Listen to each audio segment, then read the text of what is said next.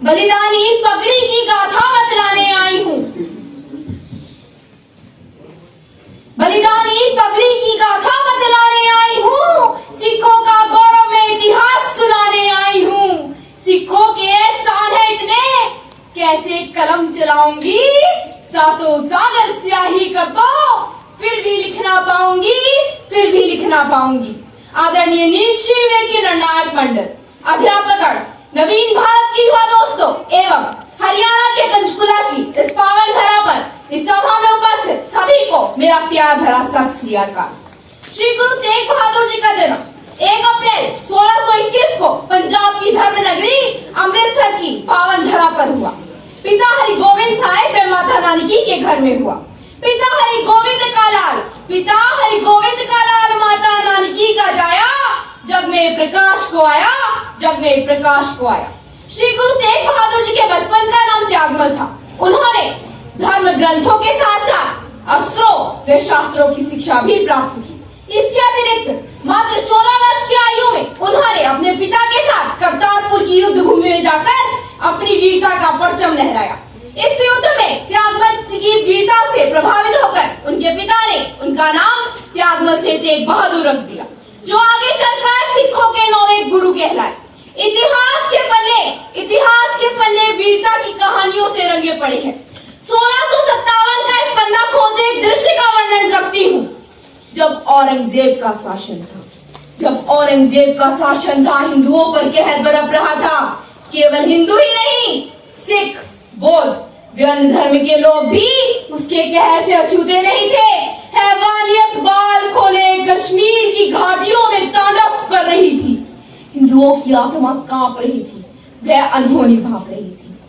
वे जा पहुंचे, कश्मीरी पंडित जा पहुंचे श्री गुरु तेग बहादुर जी के दरबार में। उन्होंने श्री गुरु तेग बहादुर जी से कहा कि वे इस्लामिक अत्याचारों से परेशान हैं। औरंगजेब सबको जबरदस्ती मुसलमान बना रहा है। श्री गुरु तेग बहादुर जी कहते हैं, कीमत भारी चुकानी है, कीमत भारी चुकानी है। इस वक्त मांग रहा भारतवर्ष बड़ी कुर्बानी है, भारतवर्ष बड़ी कुर्बानी। श्री गुरु तेग बहादुर जी ने कश्मीरी पंडितों को सम्मान के साथ विदा किया। वे उनके हाथ औरंगजेब के लिए संदेश पहुंचाया कि यदि वे श्री गुरु तेग बहादुर जी को इस्लाम स्वीकार करवाने में सफल हुए तो सभी कश्मीरी पंडित अपना धर्म परिवर्तन कर इस्लाम स्वीकार कर लेंगे। जब औरंगजेब को यह पता चला तो उसने फौरन श्री गुरु तेग बहादुर जी को दिल्ली दरबार में उपस्थित होने का फरमान जारी कर दिया। श्री गुरु तेग बहादुर जी बलिदानी चोला ओढ़े अपनी साथियों के साथ दिल्ली की ओर चल पड़े। मानवता का प्रचार करते, दीन दुखियारों की सहायता करते, वे दिल्ली की ओर अपने कदम बढ़ा रहे थे। सभी उनकी वाणी से, उनके विचारों से प्रभावित हो रहे थे। जब औरंगजेब को यह पता चला तो वे हैरान हो गया, यूं कह दूं कि वे परेशान हो गया। उसने आगरा पहुंचे श्री गुरु तेग बहादुर जी व उनके साथियों को फौरन दिल्ली में उपस्थित करवाया। जब औरंगजेब ने श्री गुरु तेग बहादुर जी को देखा तो वह फौरन मुद्दे पर आ गया। उसने कहा, अपने साथियों के साथ इस्लाम स्वीकार कर लो, हम तुम्हें जिंदा वापस भेज देंगे। 2 रास्ते और है, यातना या खात्मा। उसने श्री गुरु तेग बहादुर जी को अनेक से लालच दी, अनेक भीषण यातनाएं दी, पर औरंगजेब ने फिर वही किया जो एक बुजदिल और एक कायर को शोभा देता है। वह एक एक कर श्री गुरु तेग बहादुर जी के साथियों की बलि देने लगा। फिर उसने श्री गुरु तेग बहादुर जी के पास एक काजी को कलमा पढ़वाने भेजा। उसी काजी के हाथ औरंगजेब के लिए श्री गुरु तेग बहादुर जी ने फरमान जारी किया।